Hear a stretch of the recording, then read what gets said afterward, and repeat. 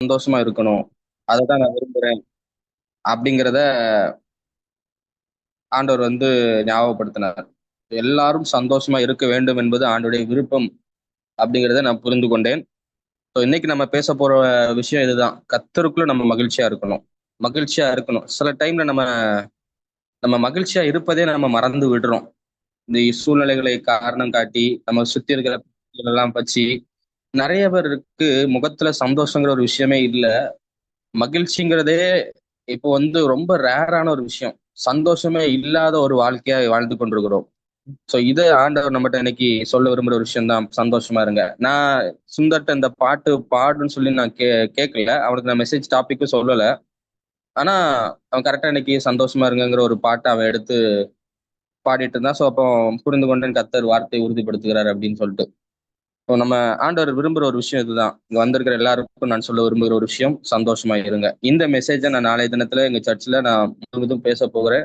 முழுமையா மெசேஜ் கேட்கணும்னா நாளைக்கு நீங்க எங்களுடைய நித்தியம் டிவி சேனல்ல நீங்க கேட்கலாம்.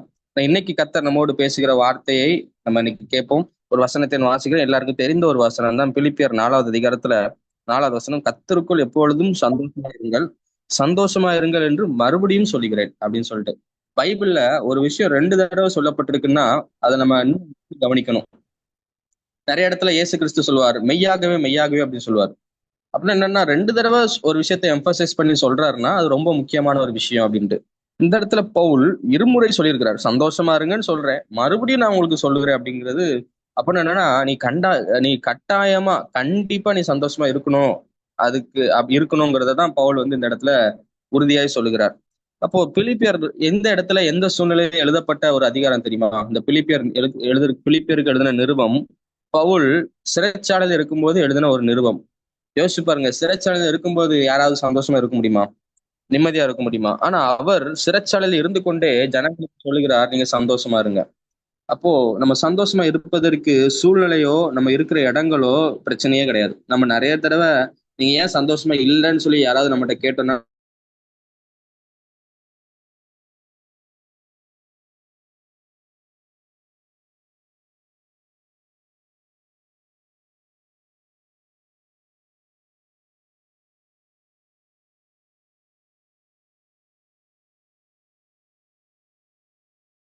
நான் அபுக்குல அவர்கிட்ட போயிட்டு நீங்க ஆபகுக் போய் நம்ம அவர்கிட்ட போய் கம்ப்ளைண்ட் பண்ண முடியாது. ஏன்னா அந்த வசனத்துல அவர் என்ன சொல்றாருன்னா, ஆல ஆஹ் ஆபகுக் 3வது அதிகாரத்துல நம்ம எல்லாருக்கும் தெரிஞ்ச வசனம் தான். 17வது வசனம், அத்திமரம் துளிர் விடாமல் போனாலும், திராட்சை செடிகளில் பழம் உண்டாகாமற் போனாலும், ஒலிவ மரத்தில் பலனற்று போனாலும், வயல்கள் தானியத்தை விளைவியாமற் போனாலும், கிடையில் ஆட்டு மந்தைகள் முதலற்று போனாலும், தொழுவத்திலே மாடு இல்லாமல் போனாலும், நான் கர்த்தருக்குள் மகிழ்ச்சியா இருப்பேன், என் ரட்சிப்பின் தேவனுக்குள் களி கூறுவேன் அப்படிங்கிறார். பாருங்க, நம்ம சூழ்நிலைகளை காரணம் காட்டி சில நேரத்துல நம்ம வேணாம், என்னால சந்தோஷமா இருக்க முடியாது, என்னால நாளா சிரிக்கிற நிலைமையில இல்லைங்க, எனக்கெல்லாம் சிரிப்பா, நான்லாம் சிரிக்கிற சுச்சுவேஷன்லயா இருக்கிறேன் அப்படிங்கிற மாதிரி நம்ம பேசுவோம். அப்படி கிடையாது. ஆபகுக் சொல்றாரு, நான் அத்தி மரம் துளிர் விடலைங்க என் வீட்டுல, திராட்சை செடிகள்ல பழம் இல்லைங்க, ஒலிவ மரத்துல இல்லைங்க, வயல்களில தானியம் இல்லைங்க, ஒண்ணுமே இல்லை. கிட்டத்தட்ட சொல்ல போனா என் சூழ்நிலை ரொம்ப மோசம், நான் சிரிக்கிற நிலைமையில இல்லைங்க, என்னால எப்படி சந்தோஷமா இருக்க முடியும்? வீட்டுல எல்லா இடத்துலயும் பிரச்சனை, ஆபீஸ்ல பிரச்சனை, வீட்டுல பிரச்சனை, கடன் தொல்லை, வியாதி, இதெல்லாம் வச்சுட்டு என்னால எப்படி சந்தோஷமா இருக்க முடியும் அப்படின்னு நம்ம கேட்கலாம். ஆனா ஆபகுக் சொல்றாரு, எல்லா பிரச்சனையும் இருக்குதான், உண்மைதான், ஆடுகள் இல்ல, மாடுகள் இல்ல, தொழுவத்துல எதுவுமே இல்ல, ஆனாலும் நான் கர்த்தருக்குள் மகிழ்ச்சியா இருப்பேன், என் ரட்சிப்பின் தேவனுக்குள் களி கூறுவேன் அப்படின்னு சொல்றாரு. நெகேமியால ஒரு வசனம் இருக்குது. அந்த வசனத்தை மட்டும் நம்ம இன்னைக்கு நிறைய நான் வசனங்கள் நான் வாசித்து விடுறேன். அப்புறம் நான் உங்களுக்கு எல்லாத்துக்கும் நான் விளக்கம் தருகிறேன். நெகேமியால அங்க எல்லாரும் அழுதுட்டு இருக்கும்போது ஒரு வசனம் அங்க சொல்லப்பட்டிருக்கிறது. நெகேமியா 8வது அதிகாரத்துல அஹ் 10வது வசனத்தை நான் வாசிக்கிறேன். நெகேமியா 8வது அதிகாரத்துல 10வது வசனம், பின்னும் அவன் அவர்களை நோக்கி, நீங்கள் போய் கொழுமையானதை புசித்து மதுரமானதை குடித்து ஒன்றுமில்லாதவர்களுக்கு பங்குகளை அனுப்புங்கள், இந்த நாள் நம்முடைய ஆண்டவருக்கு பரிசுத்தமான நாள், விசாரப்பட வேண்டாம், கர்த்தருக்குள் மகிழ்ச்சியா இருப்பதே உங்களுடைய பலன் என்றான் அப்படின்னு வசனம் இருக்குது. எது எது நம்முடைய ஸ்ட்ரென்த்தா? எது நமக்கு ஸ்ட்ரென்த்னா, கர்த்தருக்குள் மகிழ்ச்சியா இருப்பதுதான் நமக்கு ஸ்ட்ரென்த்தா. இன்னைக்கு நிறைய பேருக்கு மகிழ்ச்சியா இருந்தா சிலவங்க என்ன யோசிக்கிறாங்கன்னா, மகிழ்ச்சியா இருந்தா நம்ம ஏதோ பாவம் பண்றோம் போல, ஹாப்பியா இருக்கக்கூடாது போல. கிறிஸ்தவர்கள்னாலே ஹாப்பியா இருக்கக்கூடாது, சந்தோஷமா இருக்கக்கூடாது, எப்பவுமே துக்கமா இருக்கணும், எப்பவுமே கவலையா இருக்கணும், எப்பவுமே கண்ணுல இருந்து கண்ணீர் வடிஞ்சிட்டே இருக்கணும் அப்படின்னு சொல்லி நிறைய பேருக்கு ஒரு தப்பான அபிப்பிராயம் இருக்கு. ஆண்டவர் அப்படி நீங்க எல்லா நாளும் அழுதுட்டே இருக்கணுங்கிறது ஆண்டவர் விரும்பலங்க. அழுறதுக்கு ஒரு நேரம் இருக்கு, சந்தோஷமா இருப்பதுக்கு ஒரு நேரம் இருக்கு. கர்த்தர் சொல்லுகிறார், இது நீங்கள் சந்தோஷமா இருக்க வேண்டிய ஒரு நேரம். இது நீங்க அழக்கூடாது. இந்த நேரத்துல நீங்க அழ வேண்டாம். ஏன்னா நிறைய அழுதுருக்கோம். நிறைய விஷயங்கள் நம்ம சோர்ந்து போயிருக்கிறோம். நிறைய பிரச்சனைகளை தாண்டி வந்திருக்கிறோம். கர்த்தர் இன்னைக்கு இங்க வந்திருக்கிற ஒவ்வொருத்தட்டையும் விரும்புற ஒரு விஷயம் தெரியுமா? உங்க முகத்துல அவர் சந்தோஷத்தை பார்க்க விரும்புகிறார். உங்க கண்ணீரெல்லாம் அவர் துடைக்கிறதுக்கு ஆசைப்படுறார். எது உங்களுக்கு ஸ்ட்ரென்த்தா? கர்த்தருக்குள் மகிழ்ச்சியா இருப்பதே எங்கள் பலன், உங்களுடைய பலன் என்று வசனம் சொல்கிறது. அப்போ நீங்க ஸ்ட்ரென்த்தோட இருக்கணும்னா, நீங்க நீங்க ஸ்ட்ரென்த்தோட இருக்கணும்னா நீங்க ஹாப்பியா இருக்கணும், கர்த்தருக்குள்ள மகிழ்ச்சியா இருக்கணும். நமக்கு சில நேரத்துல மகிழ்ச்சி, நிறைய விஷயங்கள் மகிழ்ச்சியை தரும். சிற்று இன்பங்கள் அப்படின்னு நிறைய விஷயங்கள் இருக்கு. நம்முடைய நம்முடைய ஆசைக்காக, நம்முடைய என்ன சொல்ல, நம்முடைய ஸ்ட்ரெஸ் எல்லாம் மாறணுங்கிறதுக்காக சில விஷயங்களை தேடி போகும். சின்ன சின்ன இன்பங்கள், சிற்று இன்பங்கள். ஆனா அது கொஞ்ச நேரம் மகிழ்ச்சியை தரும். அதுக்கப்புறம் நமக்கு அந்த இதுல மகிழ்ச்சி இல்லாம போயிடும். நிறைய விஷயங்கள் அப்படிதான். அது மகிழ்ச்சியா இருக்கும். நீங்க ஒரு பிரியாணி சாப்பிடுறீங்கன்னு வச்சுக்கோங்களேன். உங்களுக்கு பிரியாணி ரொம்ப பிடிக்கும், எனக்கும் பிடிக்கும், நம்ம நல்லா சாப்பிடுவோம். அந்த பிரியாணி சாப்பிடும்போது பயங்கர ஆசையா இருக்கும். ஆனா சாப்பிட்டு முடிச்ச பிறகு, நல்ல வயிறு நிறைய சாப்பிட்ட பிறகு, யாராவது இன்னொரு கரண்டி பிரியாணி வேணுமான்னு கேட்டா நமக்கு வாமிட் வரும். ஐயோ வேணாம் வேணாம், எனக்கு போதும் போதும், சலிச்சிரும் பிரியாணி. அதே மாதிரிதான் இன்பங்கள், சிற்றின்பங்கள். அதுதான் நமக்கு ஆரம்பத்துல அது நல்லாதான் இருக்கும், நல்லாதான் இருக்கும். ஆனா அது முடிஞ்ச பிறகு மறுபடியும் நமக்கு அதே பிரச்சனை, அதே சோர்வு, அதே கவலைகள் வந்துவிடும். அப்போ வசனம் சொல்லுகிறது, மகிழ்ச்சியா இருங்க, ஆனால் கர்த்தருக்குள் மகிழ்ச்சியா இருங்க அப்படின்னு வசனம் சொல்லுகிறது. கர்த்தர் உங்களை மகிழ்ச்சியா வைப்பாருங்க. ஏன் அப்படி சொல்றேன்னா, சில விஷயங்கள் நம்ம மகிழ்ச்சியா வைக்கிற விஷயங்கள் இருக்கிறது. சில நபர்கள், சில மனிதர்களை பார்த்தா நமக்கு மகிழ்ச்சியா இருக்கும். ஆனா அதெல்லாம் என்ன ஆகும்னா, கொஞ்ச நாள்ல அந்த மகிழ்ச்சி, கொஞ்ச நேரத்துல அந்த மகிழ்ச்சி எல்லாம் மங்கி போகும். ஒருத்தவங்க கூட நம்ம சேர்ந்து சிரிப்போம், திடீர்னு அவங்களுக்கும் நமக்கு சண்டை வந்துரும். யோசிப்போம், அந்த நபர் தான் நம்மளை சந்தோஷமா வச்சிருப்பாங்க, திடீர்னு பார்த்தா அதே நபர் நம்மளை அழ வச்சிட்டு இருப்பாங்க. அப்படி பார்க்கும்போது இப்ப இந்த உலகத்துல எங்க பார்த்தாலும் நமக்கு ஒரு நம்ம விரும்புற ஒரு சந்தோஷம் நமக்கு கிடைக்க மாட்டேங்குது. அதனாலதான் பவுல் பாருங்க எப்படி ஒரு வசனம் சொல்கிறார், நான் எல்லா சூழ்நிலையிலும் மன ரம்யமா இருக்க கற்றுக்கொண்டேன் அப்படிங்கிறார். பவுல் சொல்லுகிறார், நீங்க எப்பொழுதும் சந்தோஷமா இருங்க. அவர் எப்போ சொல்றாருன்னா, இனி எப்போவாவது சந்தோஷமா இருப்பா, ஒரு நாளைக்கு ஒரு வாரத்துல ஒரு நாளாவது சிரிப்பா அப்படின்லாம் சொல்லல. அவர் என்ன சொல்றாரு, கர்த்தருக்குள் எப்பொழுதும் சந்தோஷமா இருங்கள் அப்படின்னு. இதெல்லாம் சாத்தியமாங்க? எல்லா நாளும் சந்தோஷமா இருக்க முடியுமா? எல்லா நாளும் நிம்மதியா இருக்க முடியுமா? மாச கடைசின்னா கையில காசு இல்ல, மாச தொடக்கம்னா கடன் எல்லாம் கட்ட வேண்டி இருக்குது, எல்லா நாளும் பிரச்சனை இருக்குது. அது எப்படி என்னைக்காவது ஒரு நாள் சந்தோஷமா இருந்தா ஓகே, அது எப்படி எல்லா நாளும் சந்தோஷமா இருக்க முடியும்? இருக்க முடியுங்க. பவுல் இருந்ததுனாலதான் நமக்கு எழுதி வைத்திருக்கிறார். அவர் செய்யாததை நம்ம செய்ய சொல்லல. ஒரு விஷயத்தை எழுதியிருக்கிறாங்கன்னா அதை அவங்க ஆராய்ந்து பார்த்து அதை அனுபவித்ததுனாலதான் பைபிள்ல எழுதி வச்சிருக்கிறாங்க. ஸோ இன்னைக்கும் எப்பொழுதும் சந்தோஷமா இருக்கிறது சாத்தியமான ஒரு விஷயம்தான். அது எப்போன்னா, கர்த்தருக்குள்ள இருக்கும்போது நமக்கு எல்லா நாளும் சந்தோஷமான நாளா இருக்கும். ஜெயில போடும்போது கூட ஒரு தடவை பவுலையும் சீலாவையும் சிறைச்சாலையில அடித்து, சாதாரண அடித்து அவர்களை தொழுமரத்துல கட்டி வச்சிருக்கிறாங்க. இரவு நேரத்துல கர்த்தரை துதித்து பாடினார்களாம், ஜெபித்து துதித்து பாடுகிறாங்க. கட்டுகள் அருந்தது. எப்படி முடிந்தது? ஒரு மனுஷனால அடிக்கப்பட்டு இவ்வளவு துன்புறுத்தப்பட்ட பிறகும் பாடல் பிறக்குமா? எப்போ பாடல் பிறக்கும்? சந்தோஷமா இருக்கும் போதுதான் பாடல் பிறக்கும். எப்போ ஆண்டவரை ஆராதிக்க முடியும்? நம்முடைய மனசு நிறைஞ்சிருக்கும் போது ஆண்டவரை ஆராதிக்க முடியும். அடி அடிக்கப்பட்டு தொழுமரத்துல கட்டி வைக்கப்பட்ட பிறகும் கூட ஒரு மனுஷனால ஆண்டவரை ஆராதிக்க முடியும்னா, அந்த மனுஷன் உள்ளத்துல மிகப்பெரிய ஒரு சந்தோஷம் இருக்குது. அதுதான் அவர் நமக்கும் சொல்ல விரும்புகிறார். இப்ப நான் உலகத்துல நிறைய கஷ்டப்பட்டேன், நிறைய பாடுபட்டேன், ஆனாலும் எனக்குள்ள இருக்கிற சந்தோஷம் அது குறைந்து போகவே இல்லை. இன்னும் சொல்றேன், இந்த உலகத்துல நமக்கு பாடுகள் இருக்கு, பிரச்சனைகள் இருக்கு, வியாதிகள் இருக்கு, மரணங்கள் இருக்கிறது. நம்ம நம்ம நேசித்தவர்கள் பிரிந்து போவார்கள். நமக்கு நிறைய பிரச்சனைகள் இருக்கதான் செய்யுது. ஆனாலும் இதெல்லாம் நம்முடைய சந்தோஷத்தை நிறுத்தி விடக்கூடாது. ஆனா இந்த காரியங்கள்லாம் நீங்க சந்தோஷமா இருக்கிறத நிறுத்திடக்கூடாது. ஏன்னா ஆண்டவர் விரும்புற விஷயம், நீங்கள் எப்பொழுதும் சந்தோஷமா இருக்கணும், நீ எப்பொழுதும் நிம்மதியா இருக்கணும், எப்பொழுதும் சமாதானமா இருக்கணும். அப்போ கேட்கலாம், அப்போ எனக்கு லைஃப்ல இருக்கிற இந்த பிரச்சனையெல்லாம் நான் கண்டும் காணாம வாழ முடியுமா? எனக்கு கடன் பிரச்சனை இருக்கு, இவ்வளவு பிரச்சனை இருக்கு, அதெல்லாம் நான் இல்லாத மாதிரி என்னால ரியாலிட்டியிலே வாழாம நான் அப்படி ஒரு பிரச்சனையே இல்லைங்க அப்படிங்கிற மாதிரி என்னால வாழ முடியுமா அப்படின்னு நமக்கு ஒரு கேள்வி வரும். அதுக்குதான் அதே பிலிப்பியர்ல, அதுக்கு 4வது அதிகாரத்துல 6வது வசனத்துல எழுதியிருக்கிறாரு, தெரியும் உங்களுக்கு பிரச்சனை இருக்கு, எல்லாம் தெரியும், ஆனாலும் நீங்க என்ன செய்யணுமா, நீங்கள் ஒன்றுக்கும் கவலைப்படாமல் எல்லாவற்றையும் குறித்து உங்கள் விண்ணப்பங்களை ஸ்தோத்திரத்தோடு கூடிய ஜெபத்தினாலும் வேண்டுதலினாலும் தேவனுக்கு தெரியப்படுத்துங்கள். அப்பொழுது எல்லா புத்திக்கும் மேலான தேவ சமாதானம் உங்கள் இருதயங்களையும் உங்கள் சிந்தைகளையும் கிறிஸ்து இயேசுவுக்குள்ளாக காத்துக்கொள்ளும். அவர் என்ன சொல்றாருன்னா, உங்களுக்கு லைஃப்ல பிரச்சனை இருக்கு, கவலை இருக்குங்கிறதெல்லாம் எனக்கு எல்லாம் தெரியும். ஆனாலும் நீங்க அதை குறிச்சு கவலைப்பட வேண்டாம். நம்ம கேட்கறதுக்கு கொஞ்சம் கஷ்டமா தான் இருக்கும். அது எப்படிங்க கவலைப்படாம இருக்க முடியும்? என் பிள்ளை வாழ்க்கை என்ன ஆகும் குறிச்சு எனக்கு கவலை இருக்கு. என் எதிர்காலம் எப்படி இருக்குங்கிறது குறித்து எனக்கு கவலை இருக்கு. அதெல்லாம் நான் கண்டுகொள்ளாமல் வாழ முடியுமா? அவர் உங்களை கண்டுகொள்ளாமல் இருக்க சொல்லல. அதை எப்படி ஹேண்டில் பண்ணணும்னா, நீங்க அதை குறித்து கவலைப்படாமல் உங்களுக்கு இருக்கிற பிரச்சனைகள், உங்களுக்கு இருக்கிற எல்லாவற்றையும் உங்களுடைய வேண்டுதல்களை, விண்ணப்பங்களை ஸ்தோத்திரத்தோட கூடிய ஜெபத்தினால் ஆண்டவருக்கு தெரியப்படுத்துங்கள். போதும். நீங்க அதை குறிச்சு உட்கார்ந்து புலம்ப வேண்டாம். ஏன்னா இயேசு கிறிஸ்து சொல்கிறார், கவலைப்படுகிறதுனால் யாரும் ஒரு முழத்தை கூட்டவும் முடியாது, குறைக்கவும் முடியாது. நம்முடைய உடம்பு வேணா குறுகி போகுமே தவிர, கவலைப்படுகிறதுனால ஒரு விஷயமும் நம்மளுடைய லைஃப்ல மாற போறதே கிடையாதுங்க. தெளிவா சொல்றேன், கவலைப்படுறதுனால உங்களுடைய லைஃப் பெட்டரா மாற போறதே கிடையாது. ஒஸ்டா தான் மாறுமே தவிர பெட்டரா மாற போறதே கிடையாது. அப்போ இந்த உலகத்துல அதான் சொல்றேன், கர்த்தருக்குள்ள மகிழ்ச்சியா இருந்தாதான் நீங்க ஸ்ட்ரென்த்தோட இருக்க முடியும். கவலைப்படுறதுனால என்ன ஆகும் தெரியுமா? நம்முடைய ஸ்ட்ரென்த் குறுக்கிட்டே இருக்கும், நம்முடைய பலன் கம்மியாயிட்டே இருக்கும், நம்முடைய ஆயுசு நாட்கள் கம்மியாயிட்டே இருக்கும். சந்தோஷம், மனுஷன் இந்த உலகத்துல சந்தோஷத்துக்காக என்னென்னலாம் செய்யறான், தான் சந்தோஷமா இருக்கணுங்கிறதுக்காக என்னென்னலாமோ செய்யறான். நான் தேவன் என்ன சொல்றாருன்னா, நீங்க சந்தோஷமா இருக்கணும்னா முதல்ல எதை குறித்தும் கவலைப்படாம உங்களுக்கு இருக்கிற பிரச்சனைகள் எல்லாம் ஸ்தோத்திரத்து கூட ஜெபித்தினால ஆண்டவருக்கு தெரியப்படுத்துங்கள். அப்பொழுது எல்லா புத்திக்கும் மேலான தேவ சமாதானம் உங்கள் இருதயங்களையும் உங்கள் சிந்தைகளையும் இயேசுக்குள்ளாக காத்துக்கொள்ளும் அப்படின்னு சொல்லி வசனம் சொல்கிறது. என்னன்னா, உங்களுக்கு பிரச்சனை இருக்குதுங்களா எனக்கு தெரியுங்க. ஆனாலும் அதை குறிச்சு கவலைப்படாம நீங்க ஆண்டவருக்கு சொல்லுங்க. அப்போ யாரும் உங்களுக்கு கொடுக்க முடியாத ஒரு தேவ சமாதானம் உங்களை ஆளுகை செய்யும். இந்த சமாதானத்தை நீங்க எங்க போனாலும் தேட முடியாது. நீங்க எவ்வளவு தூங்கினாலும் இந்த சமாதானம் வராது. நீங்க எவ்வளவு படம் பார்த்தாலும் இந்த சமாதானம் வராது. நீங்க எவ்வளவு உங்களை நேசிக்கிறவங்களோட பேசினா கூட இந்த சமாதானம் வராது. உங்களுக்கு உலகத்திலே ரொம்ப பிடிச்ச விஷயத்த நீங்க செஞ்சா கூட இந்த தேவ சமாதானம் உங்களுக்குள்ள வராது.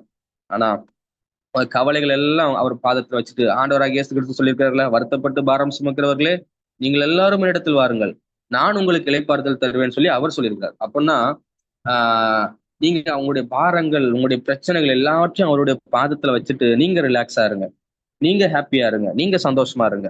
நீங்க அதை குறித்து கவலைப்பட வேண்டிய அவசியம் இல்லை. நீங்க என்னைக்கு உங்களுடைய பிரச்சனைகளை ஆண்டுடைய பாதத்துல கொண்டு வைக்கிறீங்களோ, அன்னைக்கு உங்க லைஃப்ல ஒரு மிகப்பெரிய ஒரு ஒரு லெகு, உங்களோட பேர்டன், உங்களுக்கு இருக்கிற அந்த வெயிட், நீங்க எதே ஒரு விஷயத்த சுமந்துட்டு இருக்கிற மாதிரி உணர்றீங்கல்ல, அந்த பேர்டன் உங்களை விட்டு வெளியே வரும். அந்த பாரத்துல இருந்து நீங்க வெளியே வருவீங்க. இன்னைக்கு தேவையில்லாத பிரச்சனையை நிறைய பேர் தலையில வச்சுட்டு யோசிச்சுட்டு இருக்கிறீங்க. எனக்கு தேவையில்லாத குழப்பங்கள், இது எப்படி நடக்கும்? மரியாதை சொன்னது போலதான் நமக்குலாம், இது எப்படி ஆகும், இது எப்படி நடக்கும், இதெல்லாம் வாய்ப்பே இல்லையே அப்படின்னு சொல்லி நிறைய காரியங்களை குறித்து கவலைப்பட்டு கொண்டிருக்கிறீங்க. ஆண்டவர் சொல்லுகிறார், நாளைய தினத்தை குறித்து கவலைப்படாத, அந்தந்த நாளுக்கு அதனதின் பாடு போதும். இன்னைக்கு ஆண்டவர் உங்களை நடத்திருக்கிறார்ல, இன்னைக்கு வரைக்கும் உங்களை போஷிச்சிருக்கிறார்ல, இதுக்கு ஆண்டவருக்கு நன்றி செலுத்திக் கொண்டு சந்தோஷமா அந்த நாளை முடியுங்க. நாளைக்கு என்ன செய்யணுமோ அதை ஆண்டவர் நாளைக்கு செய்வார். நாளைய தினத்தை குறித்து கவலைப்படாதீங்க. நிறைய பேருக்குரிய பிரச்சனை, நாளைக்கு நான் எப்படி இருப்பேன், நாளைக்கு என் குழந்தை எப்படி இருக்கும், நாளைக்கு நான் என்ன பண்ணுவேன், நாளைக்கு எனக்கு ஒருவேளை என் வேலை போயிடுச்சுன்னா என்ன நடக்கும், ஒருவேளை இது இப்படி நடந்துச்சுன்னா, ஒருவேளை இஃப் இஃப் அப்படின்னு சொல்லி நிறைய இஃப் கொஸ்டின்ஸ், நிறைய நிறைய பேருக்கு ஒருவேளை ஒருவேளை என்ன ஆயிருமோ அப்படின்னு சொல்லி நிறைய பேருக்கு பயம். ஒண்ணும் ஆகாதுங்க. இந்த தேவன் என்றென்றைக்கும் உள்ள சதா காலமும் நம்முடைய தேவன், மரண பரியந்தமும் நம்மை நடத்துவார் என்று வசனம் இருக்கிறது. அப்படின்னா இன்னைக்கு இதுவரைக்கும் நடத்திருக்கிறார் சாமுவேல், தேவனுக்கு அழகான ஒரு பேர் வச்சிருக்கிறார், எபினேசர். எபினேசர் தான் இம்மட்டும் கர்த்தர் உதவி செய்தார். அப்ப இம்மட்டும் கர்த்தர் உதவி செய்தது உண்மைன்னா அவர் இனிமேலும் உங்களுக்கு உதவி செய்வார்.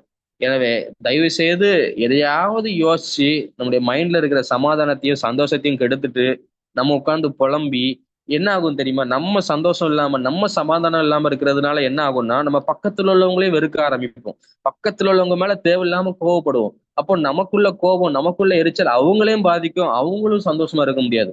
அதனால நம்ம சுற்றி இருக்கிற எல்லாரையும் நம்ம சங்கடப்படுத்துவோம். அதனால சந்தோஷமா இருக்கிறதுங்கிறது என்னன்னா, அது கண்டேஜியஸ். அப்படின்னா என்னன்னா, உங்களுடைய சந்தோஷம் பரவும். பார்த்திருக்கிறீங்களா, யாராவது பக்கத்துல உள்ளவங்க சிரிச்சாங்கன்னா நமக்கும் தன்னாலே சிரிப்பு வரும். சிரிப்பு பரவும். அப்போ சந்தோஷமா இருக்கிறது பரவும். நீங்க பாசிட்டிவான ஒரு நபர்கள் கூட உட்கார்ந்துருந்தீங்கன்னா உங்களுக்கும் பாசிட்டிவான எண்ணங்கள் வரும், உங்களுக்கும் நல்ல நேர்மறையான எண்ணங்கள் வரும். ஆனா நெகட்டிவான ஒரு பீப்புள், நெகட்டிவா யோசிக்கிறவங்க, எப்பொழுதுமே நெகட்டிவா என் லைஃப்ல யோபு மாதிரி புலம்பிட்டே இருக்கிறவங்க கூட உட்காந்தீங்கன்னா உங்களுக்கும் அதே சிந்தனை தான் வரும். நீங்களும் ஐயோ என் லைஃப்ல அவ்வளவுதான், முடிஞ்சு போனேன், அவ்வளவுதான், என் லைஃப் வாழ முடியாது, அவ்வளவுதான், எனக்கு இதாயிரும், அவ்வளவுதான், எனக்கு மேரேஜ் ஆகாது அப்படிங்கிற மாதிரி எல்லாத்தையும் நீங்க யோசிச்சுட்டு இருப்பீங்க. நல்ல மனிதர்கள், நீங்க பாசிட்டிவா இருங்க. பாசிட்டிவா இருங்கன்னா கர்த்தருக்குள்ள எப்பொழுதும் நல்லதே யோசிங்க. கர்த்தர் வாக்குத்தத்தம் கொடுத்திருக்கிறார்ல, உங்களுக்கு இதை செய்வேன்னு சொல்லியிருக்கிறார்ல, அதை செய்வார் நிச்சயமா. அதை மட்டும் நம்புங்க. கர்த்தர் சொல்லாததை உட்கார்ந்து யோசிச்சு புலம்பி டைமை வேஸ்ட் பண்ணாதீங்க. கர்த்தர் உங்களுக்கு என்னென்ன வாக்குத்தத்தங்கள்லாம் கொடுத்திருக்கிறாரோ அதை நம்புங்க, அதை யோசிங்க, அதை நினைச்சு ஆண்டவரை ஸ்தோத்திரம் பண்ணுங்க. அதை நினைச்சு ஆண்டவருக்கு தேங்க்ஸ் சொல்லுங்க. ஆண்டவரே, நீங்க எனக்கு இதெல்லாம் சொல்லியிருக்கீங்க, அதற்காக நன்றி. இப்படிதான் கர்த்தருக்குள்ள எப்பொழுதும் நம்ம சந்தோஷமா இருக்க முடியும். ஆண்டவர் கொடுத்த நான் வாக்குத்தத்தங்கள் எல்லாம் நான் யோசிச்சு யோசிச்சு நீங்க சோர்ந்து போகிறது, எல்லாத்துக்கும் ஒரு நாள் சோர்வு வரதான் செய்யும். எல்லாத்துக்கும் கவலை வரும். அப்போ நம்ம அப்படியே உட்கார்ந்துடக்கூடாது. நம்ம என்ன செய்யணும்னா, ஆண்டவர் சொன்னதுன்னு நினைச்சு பாருங்க. நினைச்சு பார்த்துட்டு, ஆமா, எனக்கு ஆண்டவர் ஒரு நாள் என்னை இப்படி செய்வேன்னு சொல்லியிருக்கிறாரு, என்ன உயர்த்துவேன்னு சொல்லியிருக்கிறாரு அப்படின்னு சொல்லிட்டு அடுத்த நிமிடமே நம்முடைய கவலைகளை மறந்து நம்முடைய ஜெபத்தை ஆண்டவர் பாதத்துல, ஆண்டவரே எனக்கு இதெல்லாம் எனக்கு கஷ்டமா இருக்கு, ஆண்டவர் இதெல்லாம் எனக்கு பிரச்சனையா இருக்கு, நான் உங்க சமூகத்துல தர்றேன் அப்படின்னு சொல்லிட்டு ஆண்டோடைய பிரசன்னத்துல அந்த பிரச்சனையெல்லாம் வச்சுட்டு நீங்க அந்த பிரச்சனையை தூக்கி சுமக்காதீங்க. நீங்க அந்த கவலையை தலையிலேயே போட்டு யோசிச்சு உங்க நாளை கெடுத்துக்காதீங்க. நிறைய பேருக்கு காலையில ஆண்டவர் ஒவ்வொரு நாளும் புதிய கிருபைகளை கொடுக்குறார். காலையில எந்திரிச்சோன்னா நல்லா சந்தோஷமா எந்திப்பாங்க. ஆனா இவங்களா தேவையில்லாததை யோசிச்சு, ஐயோ இன்னைக்கு நான் இதை கட்டணுமே, அதை கட்டணுமே, இதை செய்யணுமே, அதை செய்யணுமே, தேவையில்லாததெல்லாம் யோசிச்சு அந்த நாளை அவங்களே கெடுத்துக்கொள்வாங்க. அப்போ பாக்குறவங்க மேலாம் ஒரு எரிச்சல் வரும். அவங்க கூட இருக்கிறவங்க மேல தேவையில்லாத ஒரு கோபம் வரும். பக்கத்துல அவங்க பிள்ளைங்கள் மேல ஒரு கோபம் வரும். அடிப்பாங்க, சண்டை போடுவாங்க. இப்படி ஒவ்வொருத்தரும் தங்களுக்குரிய கோபங்களை, எரிச்சல்களை அடுத்தவங்க மேல காட்டி அவங்க மனசையும் குப்பையாக்கி இப்படி உலகம் முழுசும் இந்த கவலைகளும் கஷ்டங்களும் எரிச்சல்களும் பொறாமைகளும் பரவி கொண்டிருக்கிறது. ஆனா இன்னைக்கு கிறிஸ்தவர்களுக்கு நாம் அதெல்லாம் கொஞ்சம் மாத்திட்டு சந்தோஷத்தை பரப்பவர்களாய் மாறுவோம். நம்மளை பாக்குறவங்க சிரிக்கணும். உங்க முகத்தை பார்த்து அவங்களுக்கு ஒரு சந்தோஷம் வரணும். உங்க முகத்தை பார்க்கும்போது, உங்ககிட்ட பேசிட்டு இருக்கும்போது அவங்களுக்குள்ள ஒரு நம்பிக்கை வரணும். இயேசு கிறிஸ்து, யோசிச்சு பாருங்க, இயேசு கிறிஸ்துவ நேர்ல பார்த்தவங்களுக்கு எல்லாம் அவரை பார்க்கும்போதே ஒரு சந்தோஷம் வரும். அவரை பார்க்கும் போதே நம்பிக்கை வரும். யாராவது வியாதியோடு இருக்கிறாங்கன்னு வச்சுக்கோங்களேன், யாராவது பிரச்சனைகளோடு இருக்கிறாங்க, ஏசு அந்த சைடு வாராருன்னா அவங்களுக்கு ஒரு நம்பிக்கை வரும். இன்னைக்கு என் வாழ்க்கை மாறப்போகுது, இயேசு நான் பார்க்கிறேன், இயேசு என் கூட இருக்கிற, இன்னைக்கு ஒரு என் லைஃப்ல ஒரு பெரிய ஒரு மாற்றம் வரப்போகிறதுங்கிறது தான் அவங்களுடைய எண்ணமா இருக்கும். உங்களை பாக்குறவங்களும் அதான் அவங்க சொல்லணும். உங்களை பாக்குறவங்க, இந்த நபர் என் கூட இருந்தா போதும், என் லைஃப்ல எல்லாம் சந்தோஷமா எல்லாம் சரியா நடக்கும் அப்படிங்கிற சொல்ற அளவுக்கு நம்முடைய வாழ்க்கை அமையணும். நீங்க நீங்க சந்தோஷமா இருக்கிறத பார்த்துட்டு உங்களிடத்துல இருந்து அவங்க கற்றுக்கொள்ளணும். உங்கள்கிட்ட வந்து அவங்க கேட்பாங்க, நீங்க எப்படி இவ்வளவு சந்தோஷமா இருக்கிறீங்க, எப்படி இவ்வளவு நிம்மதியா இருக்க முடியுது அப்படின்னு கேட்டா நீங்க சொல்லுங்க. என்ன சொல்வீங்கன்னா, நான் ஒன்றைக்கும் கவலைப்பட மாட்டாங்க. அப்ப நீங்க என்ன பண்ணுவீங்க? நான் எனக்கு ஏதாவது பிரச்சனை கவலை வந்துச்சுன்னா அதை ஸ்தோத்திரத்தோடு கூடிய விண்ணப்பத்தினால நான் என் ஆண்டவருக்கு நான் தெரியப்படுத்திடுவேன். தெரியப்படுத்தி அவர் பாதத்துல, ஆண்டவரே இது உங்க பிரச்சனை, நீங்க பாத்துக்கோங்கன்னு சொல்லிட்டு நான் ரிலாக்ஸ்டா இருப்பேன். நான் அப்படிதான் சந்தோஷமா இருக்கிறேன்னு சொல்லி நீங்க சொல்வீங்க. இன்னைக்கும் நிறைய பேருக்கு சந்தோஷமா இருக்கிறது ஒரு பெரிய சவாலா இருக்குது. சிரிச்சா நிறைய பேருக்கு பயமா இருக்கும். நிறைய சிரிச்சிட்டாங்கன்னு வச்சுக்கோங்களேன் அந்த நாள்ல. நிறைய பேர் இப்படி சொல்லி கேட்டிருக்கிறேன். நான் இன்னைக்கு ரொம்ப சிரிக்கிறேன், என் லைஃப்ல ஏதோ ஒண்ணு நடக்க போகுது, அப்போ ஏதோ ஒரு பிரச்சனை வரப்போகுது, அதனாலதான் நான் சந்தோஷமா இருக்கிறது யாருக்குமே பிடிக்காது அப்படின்னு சொல்லுவாங்க. நீங்க ஒரு சந்தோஷமா இருக்கிறதுக்கு யாருக்கும் பிடிக்குதோ பிடிக்கலையோ அது பிரச்சனை கிடையாது. நீங்க சந்தோஷமா இருக்கிறது அந்த ஆண்டவருக்கு ரொம்ப பிடிக்கும். நீங்க கர்த்தருக்குள்ள எப்பொழுதுதான் சந்தோஷமா இருக்கிறீங்களோ, நம்ம அடுத்தவங்களை அழிச்சு சந்தோஷமா இருக்க வேண்டாம். ஆனா நமக்கு எது சந்தோஷங்கிறது இது தெரியும். நிலையான சந்தோஷம் நமக்கு என்னன்னு நமக்கு தெரியும். நீங்க உண்மையாய் ஆண்டவருக்குள்ள சந்தோஷமா இருக்கும்போது கர்த்தர் உங்களை பார்த்து அவர் சந்தோஷமா இருப்பாருங்க. தன்னுடைய பிள்ளைகள் சந்தோஷமா இருக்கிறத பார்த்துதான் பெற்றோர்களுக்கு சந்தோஷம். தன் குழந்தை சிரிக்கிறத பார்த்தா அந்த பெற்றோர்களுக்கு அவ்வளவு மகிழ்ச்சியா இருக்கும். ஒரு சாதாரண உலக மனுஷன் குழந்தை மேல அவ்வளோ அக்கறை இல்லாத ஒரு மனுஷனுக்கே தன்னுடைய குழந்தை சிரிக்கிறத பார்த்தா அவனுக்கு ஒரு சந்தோஷம் வருதுன்னா, என் ஆண்டவர் நீங்க சந்தோஷமா இருக்கிறத பார்த்தா அவர் எவ்வளவு சந்தோஷமா இருப்பார். அவர் சொல்ற, நீ நீ அழுது கொண்டிராய், இனிமே நீ அழக்கூடாது, இனிமே நீ இதுவரைக்கும் உன் கஷ்டத்தை நினைச்சு இனிமே புலம்ப கூடாது. ஏனென்றால் இனிமே உன் பிரச்சனைகளையும் உன் கவலைகளையும் என் பாதத்துல வச்சுட்டு நீ சந்தோஷமா இரு, நீ நிம்மதியா இரு. ஒரே ஒரு வசனத்தை மட்டும் நான் வாசிச்சு நான் முடிக்கலாம்னு சொல்லி ஆசைப்படுகிறேன். பிரசங்கி 3வது அதிகாரம் 12வது வசனம், மகிழ்ச்சியா இருப்பதும் உயிரோடு இருக்கையில் நன்மை செய்வதுமே அல்லாமல் வேறொரு நன்மையும் மனுஷருக்கு இல்லை என்று அறிந்தேன். சாலமோன் ஞானி சொல்லுகிறார், ரெண்டே விஷயம் தானா. ஒண்ணு மகிழ்ச்சியா இருக்கணும், இன்னொன்னு உயிரோடு இருக்கல நன்மை செய்யணும். இந்த ரெண்டு விஷயம் தான் மனுஷனுக்கு நன்மையான ஒரு விஷயமா. இதை தாண்டி வேற எந்த விஷயமும் இந்த உலகத்துல வந்து சரியில்லை அப்படிங்கிறாரு. ஒண்ணு நீங்க வந்து மகிழ்ச்சியா இருக்கணும், இன்னொன்று அடுத்தவங்களுக்கு உதவி செய்யணும். இது ரெண்டும் தான். இன்னைக்கு நம்ம யோசிச்சு பாருங்க, இதுதான் ஆண்டவர் நமக்கு இந்த உலகத்துல வச்சிருக்கிற பெரிய பிளெஸிங்கே இதுதாங்க. ஒண்ணு நீங்க சந்தோஷமா இருக்கிறது, இன்னொன்னு அடுத்தவங்களுக்கு நீங்க உதவி செய்யறது. நீங்க அடுத்தவங்களுக்கு உதவி செய்வீங்க, அதெல்லாம் தெரியும். நீங்க சந்தோஷமா இருக்கிறதே ஆண்டவர் வந்து என்ன சொல்ல, அதுதான் நீங்க உலகத்துல வாழ்ந்ததுக்கான ஒரு, நீங்க சந்தோஷமா வாழ்றதுதான் உலகத்துல நீங்க கரெக்டான ஒரு லைஃப் வாழ்ந்திருக்கீங்கிறதுக்கு ஒரு அர்த்தம். நீங்க வாழ்க்கை ஃபுல்லா அழுதுட்டே புலம்பிட்டே வாழ்ந்து முடிச்சிட்டீங்கன்னா உங்க லைஃப்ல வந்து அத அதை எப்படி சொல்ல, உங்க லைஃப் ஒரு ஃபெயிலியருங்க. நீங்க வாழ்க்கை ஃபுல்லா அழுதுட்டே இருக்கிறீங்க, கடைசி வரைக்கும் சந்தோஷமாவே இருக்க முடியலன்னா உங்க லைஃப் ஃபெயிலியர் ஆயிரும். ஃபெயிலியரான ஒரு லைஃப். அப்ப நீங்க கேட்கலாம், எனக்கு இருக்கிற பிரச்சனைக்கு நான் எப்படி சந்தோஷமா இருக்க முடியும்? எனக்கு இருக்கிற சூழ்நிலைக்கு, எனக்கு இருக்கிற கஷ்டத்துக்கு, சாப்பிடுறதுக்கே வழி இல்ல. நான் எப்படி சந்தோஷமா இருக்க முடியும் அப்படின்னு நீங்க கேக்குறீங்க.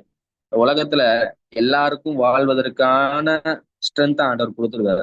இந்த உலகத்துல போராடுறதுக்கான கிருபையை ஆண்டவர் கொடுத்திருக்கிறார். ஏன்னா ஆண்டவர் சொல்கிறார், இந்த உலகத்தை நான் ஜெயித்தேன்.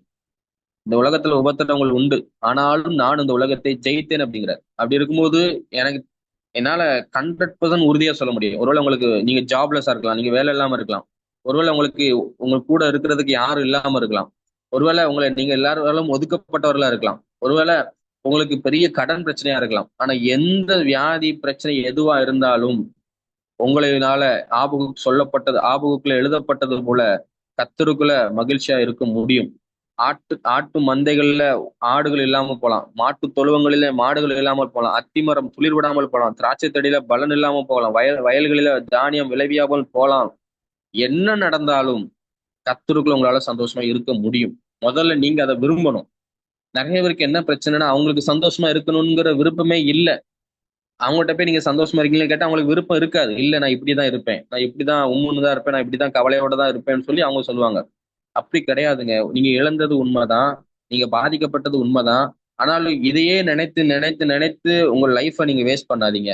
நீங்க இன்னும் உலகத்துல வாழ வேண்டிய நாட்கள் இருக்குது. இன்னும் உலகத்துல நீங்க அனுபவிக்க வேண்டிய காரியங்கள் இருக்குது. இன்னும் நீங்க சந்தோஷப்பட வேண்டிய காரியங்கள் நிறைய அந்த உலகத்துல இருக்குது.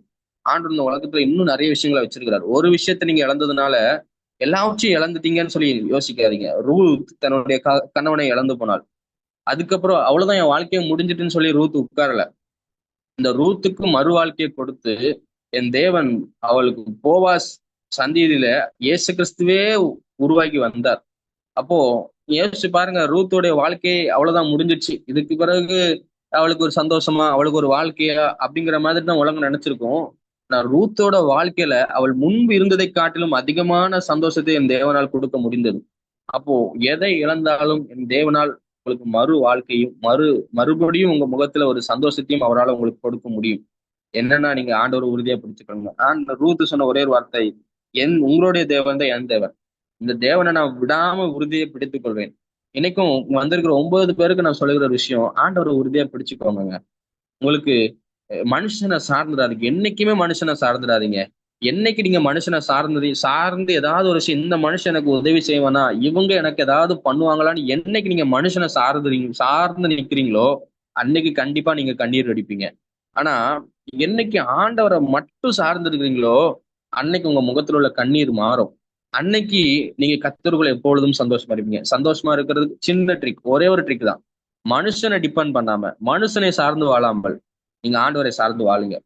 மனுஷன் எனக்கு உதவி செய்வானா, வேணாம். மனுஷன் கையில இருந்து எதுவும் வேணாம். ஒருவேளை நமக்கு தர வேண்டியதா இருந்தாலும் கூட அது வேணாம். மனுஷன் எனக்கு எதுவுமே தர வேண்டாம். ஆபிரகாம் சொல்லுகிறார், இவன் என்ன உயர்த்தாதபடிக்கு. ஆபிரகாமை சோதோமின் ராஜாவை குறித்து சொல்லுகிறார், எனக்கு நீ உன்கிட்ட இருந்து நான் ஒரு சரட்டை கூட வாங்க போறது கிடையாது. உன்கிட்ட இருந்து நான் ஒரு சின்ன பொருள் கூட வாங்க போறது கிடையாது. ஏன்னா நீ அடுத்து சொல்லி காமிப்ப, நான் தான் உன்னை உயர்த்தினேன் அப்படின்னு சொல்லிட்டு. எனக்கு கர்த்தர் ஆசீர்வதிக்கட்டும் அப்படின்னு வெயிட் பண்ணார். இன்னைக்கும் நீங்க மனுஷன் கையில இருந்து எதையுமே எதிர்பார்க்காதீங்க. உங்களுக்கு உதவி பண்ணாலும் அடுத்து சொல்லி காட்டுவாங்க, நான் என்னாலதான் நீ இன்னைக்கு பெரிய ஆளா இருக்கிற, என்னாலதான் நீ இன்னைக்கு சந்தோஷமா இருக்குன்னு சொல்லி மனுஷன் சொல்லி காட்டுவாங்க. ஆனா மனுஷன்ட்ட எதையும் எதிர்பார்க்காம கர்த்தர்ட்ட மாத்திரம் நீங்க எதிர்பார்த்து வாழ்ந்து பாருங்க. யாரு முன்னாடி நீங்க கை கட்டி நிக்க வேண்டிய அவசியம் கிடையாது. யாருக்காகவும் நீங்க போயிட்டு ஆண்டவரே எனக்கு இப்படிலாம் அப்படின்னு சொல்லி யார்ட்டையும் புலம்ப வேண்டிய அவசியமே இருக்காதுங்க. நீங்க சந்தோஷமா உங்க வாழ்க்கையை வாழ்வீங்க. கர்த்தருக்குள் மகிழ்ச்சியா இருப்பதுதான் உங்களுடைய பலன். இன்னைக்கு கண்ணீரை தொடச்சிக்கோங்க. கண்ணீர் வந்துச்சுன்னா தொடச்சிட்டு சொல்லுங்க, எனக்கு ஆண்டவர் இருக்கிறார். யாரு இல்லை நீங்க ஒரு நாளும் உங்க வாயிலிருந்து சொல்லாதீங்க, எனக்கு யாருமே இல்லைன்னு சொல்லவே சொல்லாதீங்க. ஏன்னா ஆண்டவர் உங்க கூட இருக்கிறார். அவர் போதுங்க. உங்க உலகத்துல நம்மளை சந்தோஷமா வச்சுக்கிறதுக்கு அவர் போதும். அவர் கூட இருந்தா போதும். எனவே மகிழ்ச்சியா இருங்க, சந்தோஷமா இருங்க. நான் மறுபடியும் சொல்றேன், கர்த்தருக்குள் எப்பொழுதும் சந்தோஷமா இருங்கள். நான் மறுபடியும் உங்களுக்கு சொல்லுகிறேன், கர்த்தருக்குள் சந்தோஷமா இருங்கள். கர்த்தருக்குள் சந்தோஷமா இருப்பதே உங்களுடைய பலன்.